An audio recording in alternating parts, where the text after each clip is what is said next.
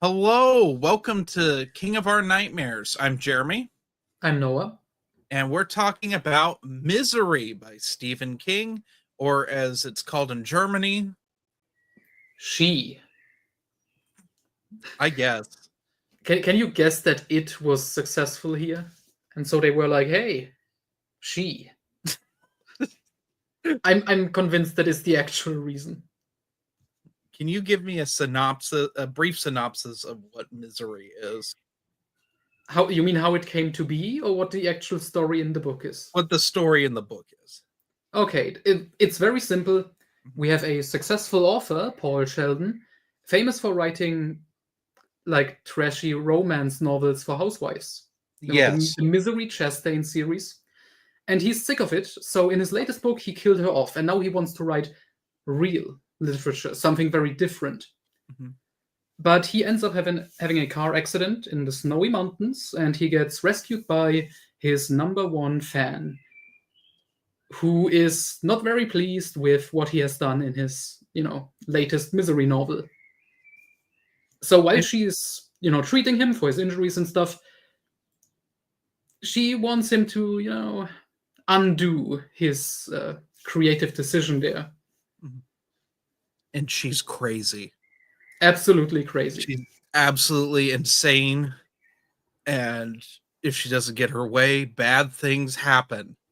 Hmm. Um, and that is the crux of Misery. It's very simplistic, but what's more interesting is how this kind of came to be. This was supposed to be a Bachman book, Yep. and you could tell almost immediately that this was supposed to be Bachman, but it didn't.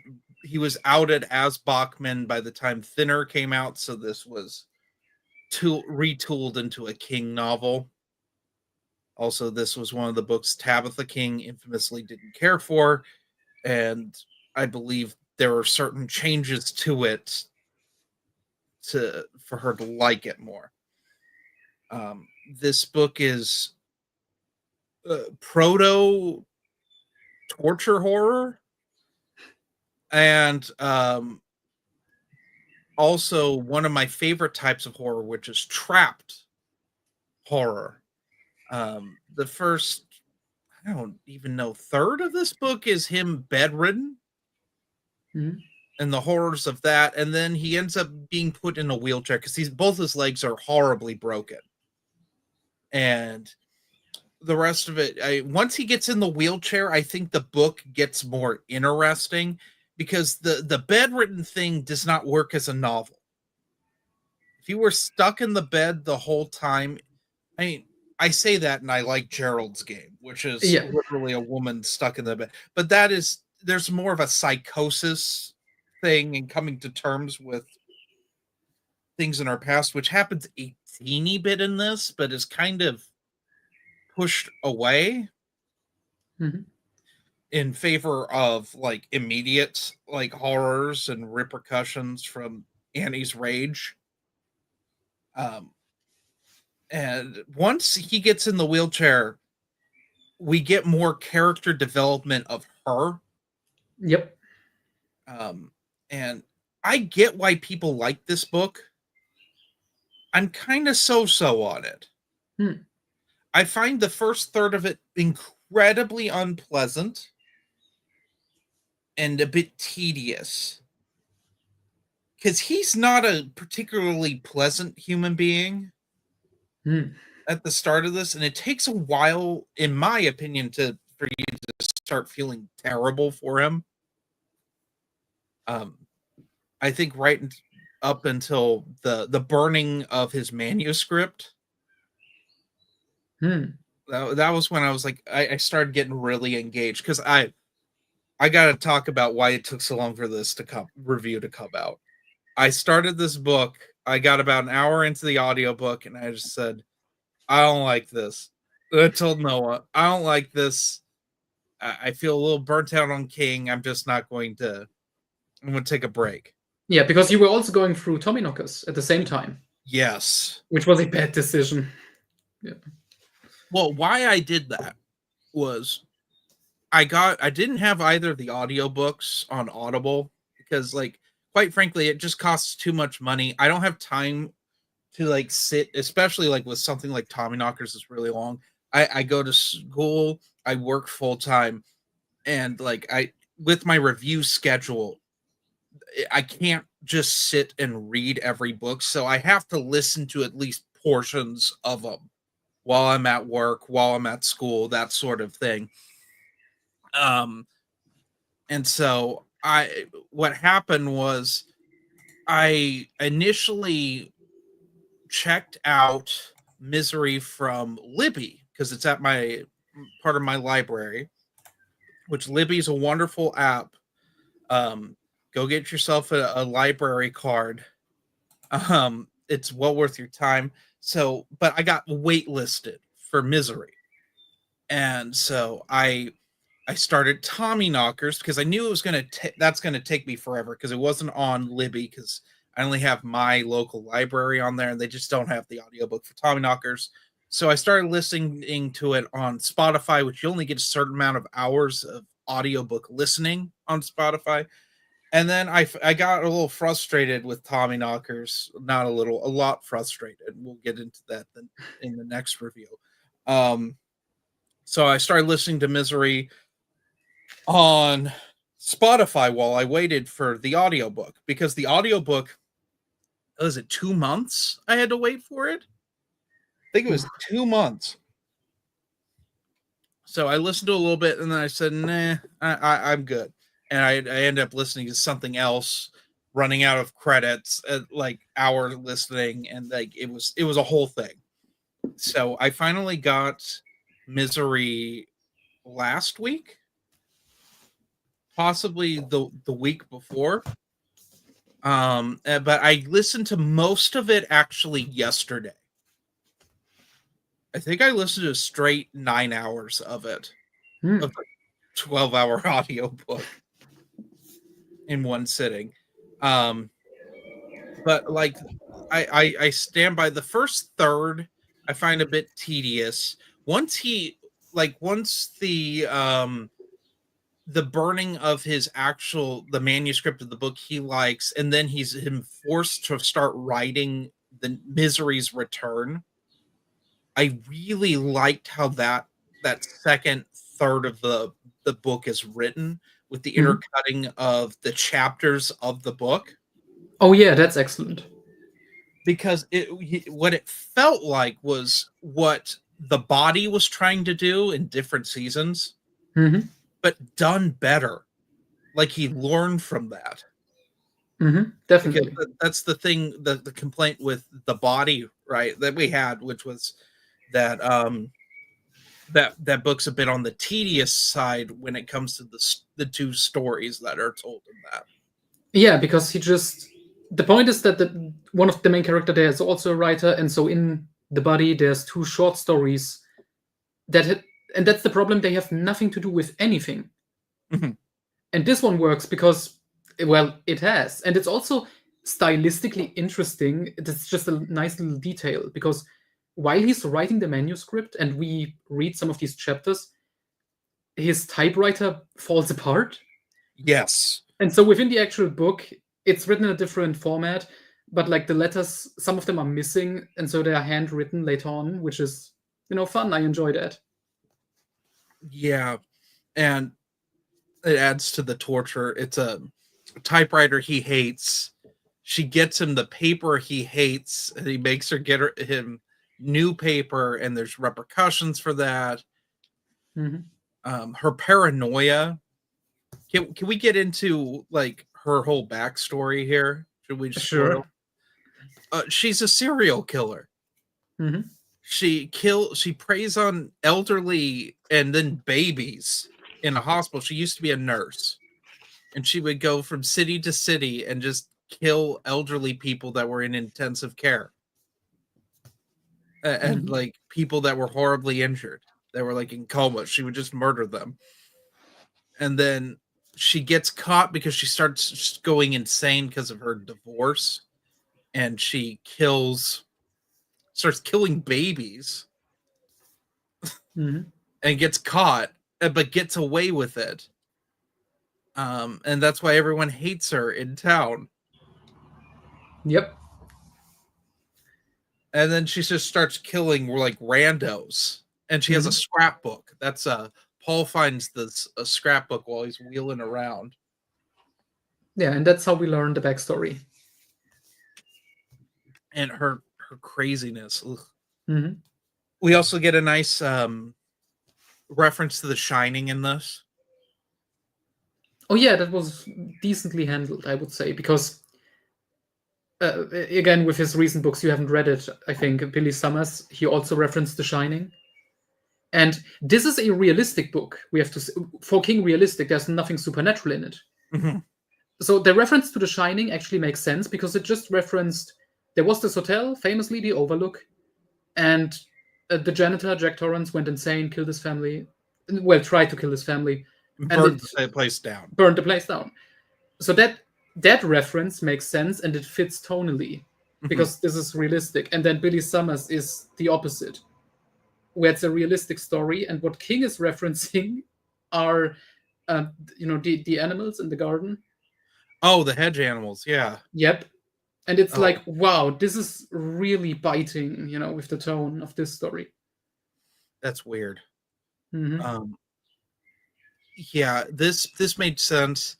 And also her last victim was going to take pictures or draw the ruins of the Overlook. Like he was going to go up there and that he was an artist. He was an artist, and according to her, was her lover.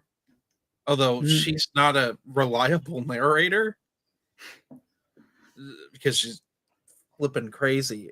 Like when she just abuses Paul when she doesn't get what she wants, like cuts his foot off. That's wild. That's a wild scene. Yeah, which they toned down a bit for the movie, which just breaks it. Yeah. And it's so wild that when his thumb's removed, it's actually handled differently. Mm-hmm. Like it's handled in the past tense, which is kind of interesting. That's in like that last third of the book, where she cuts off his thumb because he complained about the typewriter. Mm-hmm. But I don't know. I really like the second half of this book. The first half I thought was a bit tedious. I really didn't like the drinking of the mop water. That irritated me. Like that's just gross and weird, but okay, it makes sense in the grand scheme of we're going to escalate things. But when he gets his revenge on her, it's so satisfying. It's it might be the most satisfying thing King's ever written. I don't know, because the end of the Talisman, when he restores order and everything that's like gone, like there's that montage. That's also really satisfying, especially when the barkeep has the heart attack or stroke or whatever. Oh yeah, that's good stuff. But see, I think that's why I don't think the first half is tedious, with like how it sets everything up, builds up, and the escalations there. It makes the ending even more satisfying, I would say. I think that what I found tedious is it felt like a short story. It felt like something from Skeleton Crew. I mean, that is also the thing, because this started, I think, as a shorter tale. I don't know if it is exactly was going to be a short story, but it was called the Annie Wilkes edition. Okay, I didn't know that. Yeah. I know it was going to be a Bachman book. I think it started as a shorter tale, then it became a Bachman book, and then a King book. So that may be remnants of that. Because you know how that was going to end originally? So King's idea for this tale was going completely dark. And it wouldn't end well for Paul. Because the ending was going to be, we cut back a couple months after the new Misery book was finished by Paul, and we would see the book being bound in his skin. Ugh. Ew. Yeah, That's weird. That's gross. it would have been quite the ending, but yeah. A bit on the Clive Barker side of things. Hmm. Um, yeah, no, I'll pass on that. The fake out ending's kind of a little goofy, but it felt like an 80s slasher. The end of this is very 80s slasher esque Hmm. with them brawling on the floor. Yep, that's when it just went really crazy. But I again, satisfying how he fights her with like the typewriter and the manuscript pages. Yeah, burns her. He shoves the burning pages of the manuscript into her mouth. Hmm. I also like that this is like his best like work he's ever done, Yeah. and they get like this weird dependent relationship on one another. Hmm. Which fits with like thematically, because what King later said, this is like symbolism. It's supposed to be like the writer and his addiction. Like King's drug addiction is Annie Wilkes. It's like the metaphorical thing, and I think that works well here. And it makes Tommyknockers all the more tedious Yeah. because we get two of those in a row. I expected because this was one I thought I had read, but I think I'd just seen the film, so Mhm. because like none of this like rang a bell in my brain. So this was like one of the first time books for me on this podcast, I think. Nice. So that was neat because Mhm. up until this point, I think most of what I have we've read on here, I have read before, with the exception of like Rage and Mhm. like some of the early Bachman stuff. Um, I had read a lot of this before, some of it numerous times, but this was a first for me, Mhm. which is nice because we won't get into more firsts until I think War Past Midnight, which will be Oh, next season. Well, actually, no. The Gargoyle book we got to read for this season. I've not read that. there isn't much to read in it. Yeah, that's gonna be an easy one. Well, yeah, that's our reward for going through Tommyknockers. Mhm. But ugh, not looking forward to that. Um, what would you rank this book? In all honesty, I kind of want to go like full on 5 out of 5, because I think this is like the most perfect, like well-rounded, most atmospheric. Like this is such a simple concept done so well, and it actually works. Like even with like the metaphorical thing with what Annie Wilkes is supposed to represent, and King being like Paul Sheldon, and like the addiction and writing. I think this is also his best book, like on writing, Mhm. like in general. So yeah, I have to give it like the highest recommendation in a way. I can see why you think the first half is tedious. I think what most people would criticize is the misery portions, like when he's writing the book. Yeah, But I would disagree with that, because I do think it really adds to the story. I think it's essential to the story, and it gives nice breaks from the horrific aspects. Yeah, And yeah. it, in a weird way, it starts to mirror his state of mind. Oh, Too. definitely. I give this a good 4.5 out of 5. I think this one gets a little overhyped. It doesn't. Also, this is has one of the best film adaptations. Yes, absolutely. Um, Did in you that see? Did you see like Kathy Bates in your mind when reading, or yes, yeah? I can't see that's what it's one of those ones like where the casting was just perfect. What they Mhm. change in the film works well for the film. Oh, absolutely. It's one of the better King adaptations, but I wouldn't say it's better. Like you know how we talked about in Christine, the Carpenter films Hmm. superior to that novel because the novel's just kind of a mess, with good ideas in it. This, I think they're equal.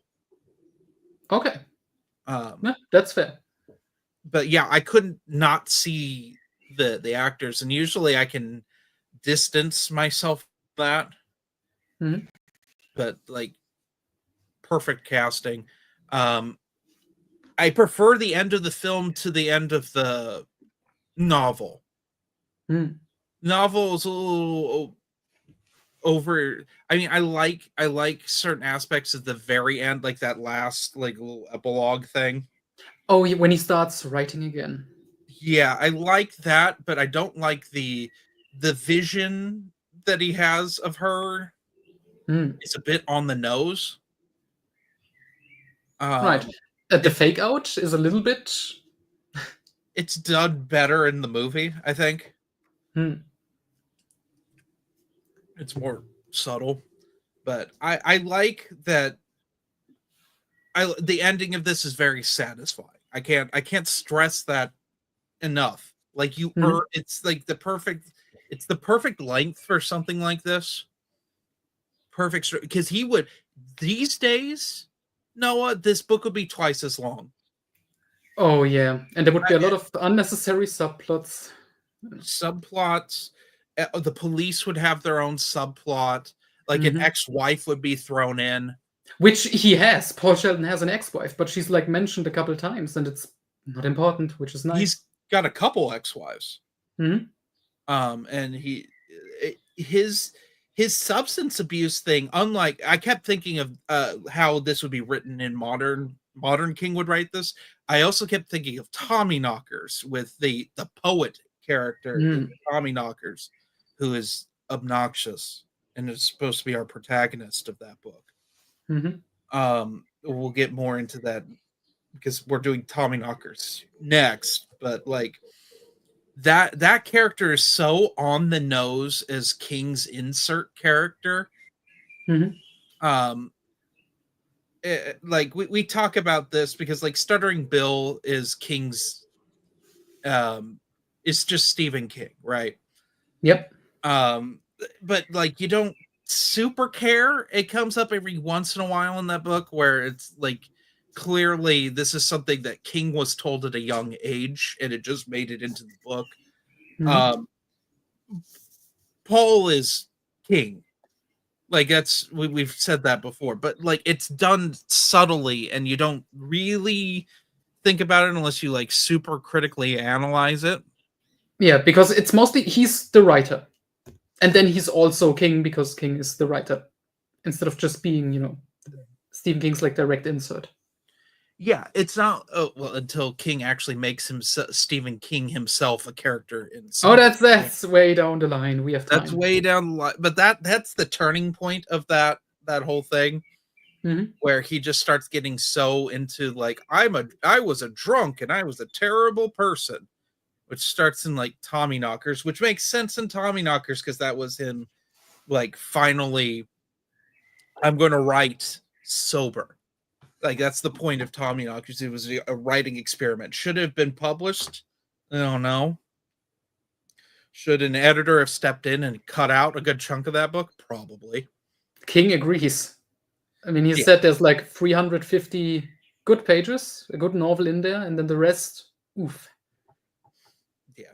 Well, like I said, I've said numerous times, we'll talk about Tommy Knockers when we review it. But there's eerie similarities between Tommy Knockers and Misery. Mhm. And again, I think that's also why it's clear that this was a Bachman book first, because the tone fits, and there's not much fat on it, Mhm. similar And to Bachman. that is where King's strong point is. Like if there's anything we can really say that we've done on these 2 seasons of this podcast, when he writes a shorter book, it's typically stronger. Mhm. And he doesn't go into all the tedious stuff that ends up happening when he writes too many pages, like in The Stand. There's a lot of nonsense in The Stand, or in It. There's a lot of nonsense in there. I think the only book that really doesn't do that, that's a long book, is probably Insomnia. Yeah. Uh, I mean, but people would say, "Oh, that's too long" and stuff, but that is focused. it is focused, and it needs to be as long as it is. Hmm. Um, And then you can argue, like Dark Tower, obviously these books are long, but that also works there and makes sense. Ironically, the longest feeling Dark Tower book, Song of Susanna, which is one of the shortest. That's because of the styles kind of all over the place. But yeah, shorter King books are just more up my alley, and I think yours too, Noah. Hmm. Especially like if it's a short Bachman book. Yeah. That's like almost a guaranteed success. Yeah. Anyway, Never Flinch just came out. Oh Neither boy. of us read it. Well, I at least bought it, to complete the collection. I do what I do with most King books that come, modern King books. I just wait for them to go really on sale, Hmm. and I pick up a hardcover then. Like I only just picked up You Like It Darker in December. and, and Holly I bought used. I found a Nice. used copy of it. Um, I Oh boy. I just don't vibe with most of the modern King stuff. Like I don't get super excited for it. He clearly wasn't excited for Never Flinch. Hmm. Um, this was one of those. I mean, you read the afterword of it. We can talk about that briefly. With Never Flinch. Yep. Yeah. So King got a surgery. I think it was his hip. I'm not sure. Um, but he wasn't. There's like pictures and stuff online when he was like out and about with like promoting stuff, for example, with like the new movies and stuff. You can see him on like crutches. So he was clearly in pain, and he said during that time he was writing Never Flinch, and it went through 3 different titles, as we know. Mhm. What were they? So it's Never Flinch. It started as We We think Think not. Not, Then and then Always Holly, which was like a troll thing because people don't like I Holly Gibney. I actually thought he was just trolling, but he does count it as like 3 titles. So yeah, that was an actual option. Um, but that was so he wrote it while being in pain. He had 3 different titles he couldn't really decide on, I guess, and then he wasn't happy with the book, and his wife wasn't happy with the book, literally telling him, "You can do better, Steve." And so he rewrote portions of it, and I think one plot line specifically either got removed or just really reworked. And then King, in the afterword of this, also states, he's not perfectly happy. It's not exactly what he wanted, but it's as close as it's gonna get at this point. Mhm. Yeah, I don't know. I don't King and know. crime, He writes what he wants to write, and it doesn't seem to line up with what the fans want. It's a miracle he even writes anymore. He could be like Thomas Harris. yeah, and just give up. But on the one hand, that's nice that he's decided, he's an old man. He's just gonna write crime fiction now with one like central detective character. It's just a shame that no, it's Holly. It's one of his worst characters. I would have been okay. I would have been okay actually just following Bill Hodges a bit more, but no, he just got his own trilogy, and now we follow his protege. Yeah, I guess. At least she doesn't show up in like later. Yes, see, that's actually good. Like that was a good crime story. And then Billy Summers had a great like premise, which he squandered, but there was The something there. Outsider is a good first half of a book. Yeah. The Outsider feels like it, and then Holly Gibney shows up, and it's just like who is this? That was my first introduction to Holly Gibney, by the way. That must have been really bad. Well, you could tell it was a character from another book. I mean, yeah, I mean, she literally references Mr. Mercedes and stuff. Well, I hadn't read those at that point, so I was just kind of bewildered. I Hmm. hadn't read King since Cell at Yep. that point. And so like I was just missing a ton of stuff. Mhm. And so it just threw me off. Yeah. But now here we are with Never Flinch, which is book 7 of Holly. Yeah, if we're counting the short story and If It Bleeds, yeah. Yeah. Again, if we count If It Bleeds. And I think he already said, oh, he has ideas for maybe he wants Holly go against like another like type of serial killer, maybe. That could be fun. So the good news is he has finished a draft of Talisman 3. Yeah. That's what I'm looking forward to, and I have some hopes for.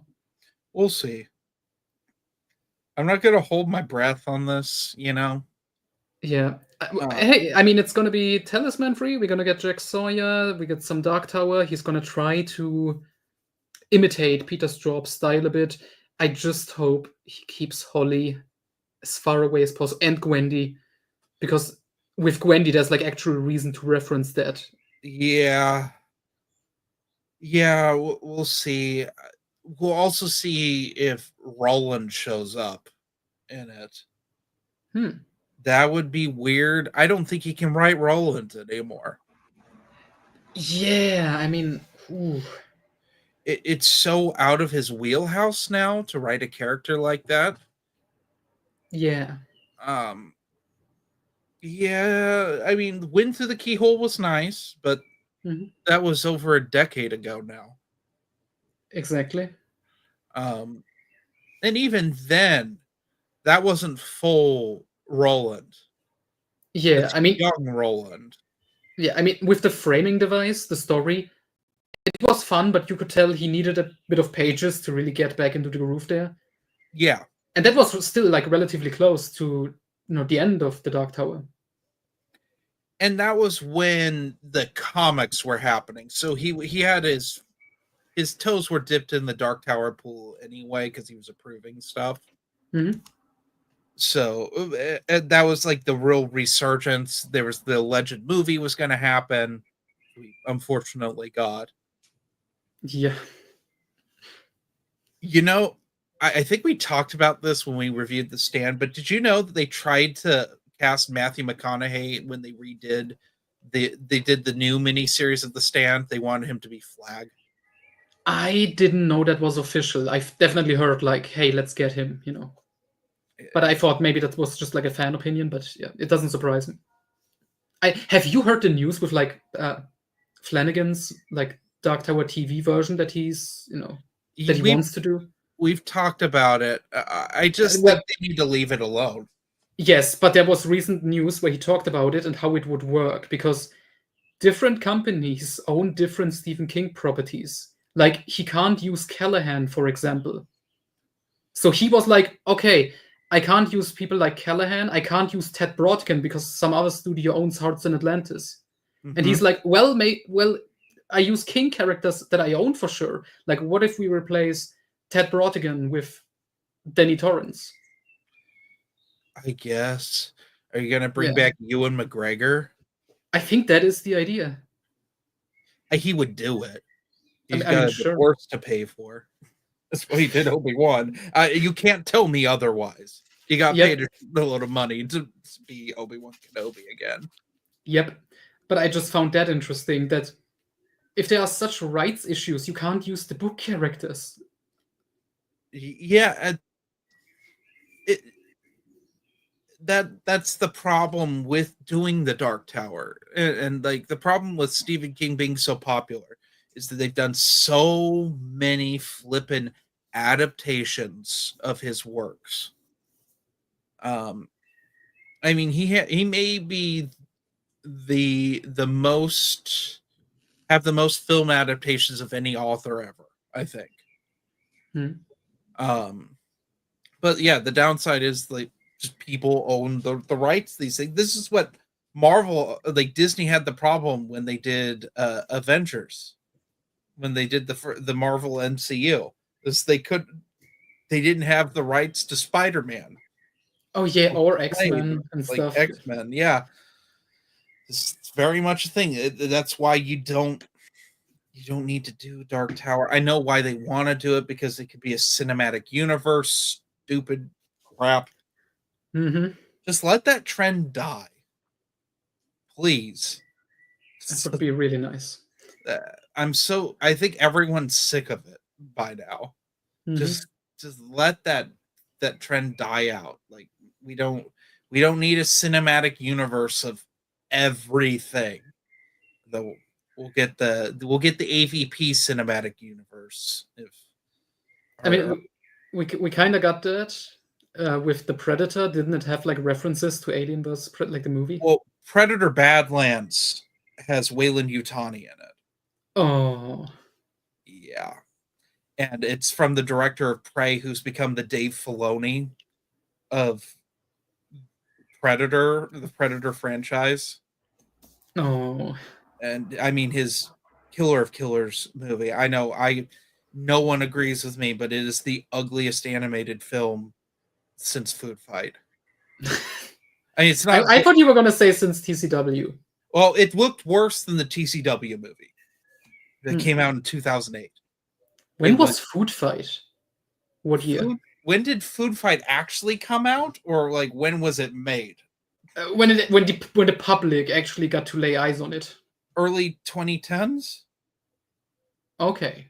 But I mean, it was made in like the early 2000s at the latest, and it got shelved. It's stupid. It's a stupid movie. But I mean, like, that's a worse looking movie than Killer Killers. But like, I was talking to General Watts, and he was like, "Yeah, it's animated like a PlayStation 1 cutscene.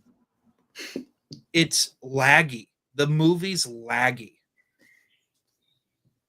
But anyway, we should get off of here because we're getting things that aren't King related.